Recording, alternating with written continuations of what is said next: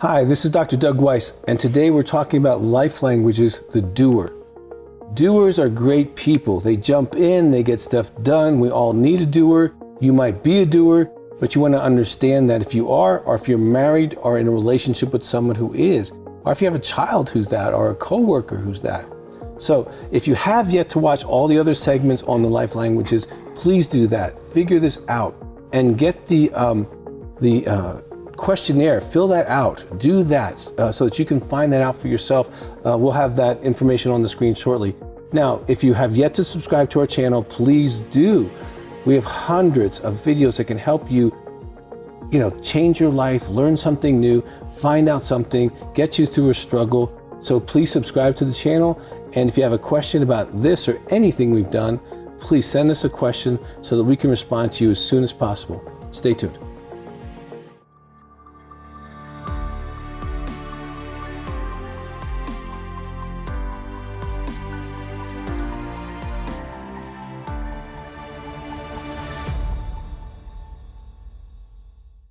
Well, welcome back. We're talking about life languages. We're talking about the doer. And again, we have Anna Kendall, her and her husband Fred are the founders of Life Languages. And we also have Gerald Parsons, who is the CEO, and they're very exciting people, getting a lot done. Over 500,000 people have done this, over 85 countries. So if you're in some other country watching this right now, don't feel like this is an American thing. It's not. This is a global thing. We're talking about how people communicate. So welcome back. Thank you. Today we're going to talk about the doer. The doer. Yes, Doer. yes.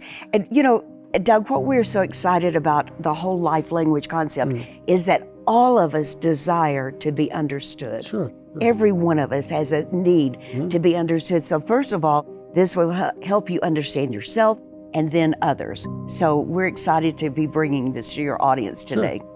And the doer is another action language. Yeah, the life languages is there's 7, and there's 3 intelligences. We've kind of talked about that a little bit, and each one of the intelligences has 2 languages. And so the first life intelligence is the Mover. The mover, the mover and the doer, both of those kinetic. So they act first. They don't think or feel first, they act first. So the doer is a very logistical kind of person. They're very logical, step-by-step kind of people, very detail-oriented. Yes. Practical, task-oriented, whereas movers like to get out there and make things happen. We need the doers to be able to make things follow through and finish those concepts. Doer is the second most frequently spoken life language as a first language. Okay, so there's a lot of these people. Oh, yes. And we believe that's because we need doers to keep the wheels of progress rolling. Otherwise the world would fall apart without doers. They're very important. But they're practical, they're pragmatic, they're hands-on. They love to finish what they start. They work with the checkoff list. They love to check things off of their box, and they feel good when they complete the list. They're not great planners or forward thinkers. Like they don't have their list for, a month or a year or 5 years. It's what I'm going to do today, what I'm going to do tomorrow, a week at the most. And they just like to do the practical things, and they're very valuable to have around. Yeah, the doer is the kind of person that you want because they'll always make a list. They'll always be logistically sound. They'll check boxes off in order. Don't go from 1 to 6. It's 1, 2, 3, 4. So those are critical things for the doer. My wife is a high doer, and so when I want to say I love you to my wife, I check something off her list. I go do something for her, and that resonates with her as a doer. And we talked about the movers as far as, making things happen, and the doers continuing to get, movers need doers. Absolutely. I mean, because the doers will finish the project. Absolutely. And that's so important. You also mentioned, Doug, in another segment that movers need to trust people. They like to trust people. They don't like to micromanage. One of the aspects about the doer is that they are very trustworthy. That's awesome. That is their strongest character quality. While movers' strongest character quality is courageousness, with the doer, it's trustworthiness. In other words, when they say they're going to do something, if they are a healthy doer, they will do it. Yeah, well, my wife Lisa's a doer. She can have a list of things, and she manages several companies. Right. And she just kind of gets in her groove and just I have a lot of CEO friends of mine who are like, Doug, we don't have a Lisa. Yes, Okay. exactly. Yes.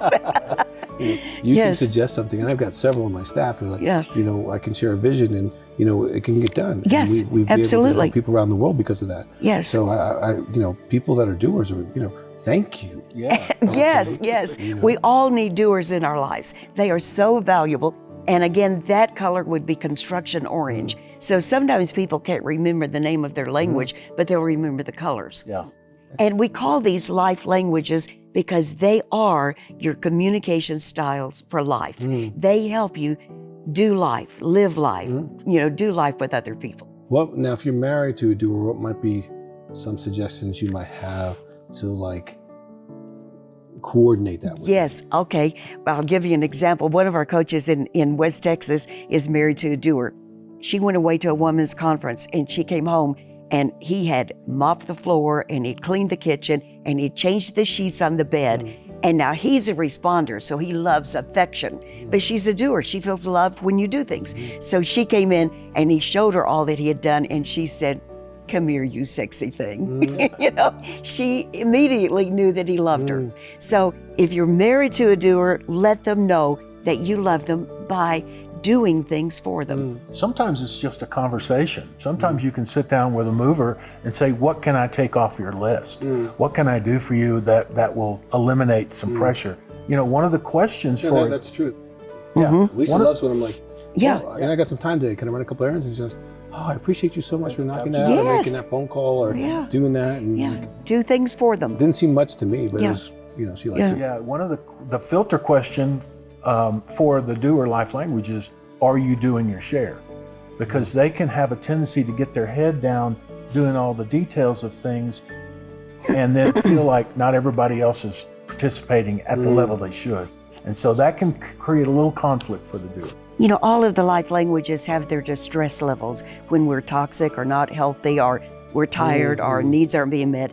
And for the doer, their unhealthy level is they start feeling martyred because they say, I'm the only one around here that ever does anything. And if that's the only doer, that's probably true. Probably true. And I think that's an important thing because in your assessment tool, I think it's really helpful if we're healthy or unhealthy. Like I have a book called The Upgrade Your Sex Life, and I talk about the 5 sexual expressions. But for each expression, I talk about the mature expression and the immature expression. Amen. And so, doing this assessment can help people to kind of figure some of that out for themselves. That's right. And maybe in my family, I play the martyr. Okay, well then maybe that's not a role you want to play anymore. That's just, you see it to do it. They don't even see it. That's right. If you got a contemplator, there could be dishes to the moon. They're not going to see what need. Unless they need it, they're not even going to talk about it. And often doers are accused of not being spiritual enough because maybe everybody else is kind of really studying or something, and they're looking around saying, I need to come in this weekend and get those cobwebs down. Right. They're the only ones that see it. So if they can realize this is the gifting I've got and celebrate themselves, and because the rest of us want to celebrate them too. Well, I'll close with this, but I was associate pastor of a church, and we had this when I was getting my seminary degree, and we had this kind of family rule as a church, because churches are family. Yes. And it's basically, if you see it, you do it. Because so many people in a church, when it comes to someone like me as the associate pastor, say, "Oh, we should be doing this." I go, "That's fantastic that you see it and God's calling you." Right? Love it. But that's the doer. Yes, it is. They see stuff and they and we all need those people. So if you're a doer, I hope this has been helpful for you to affirm you that you are appreciated. It's important. And that you function well, and you oftentimes in support roles. But without that support, nothing would get done in the big vision. It's so important that you kind of find this out. Please go to the website on the screen, drdougweiss.com/languages, and get this.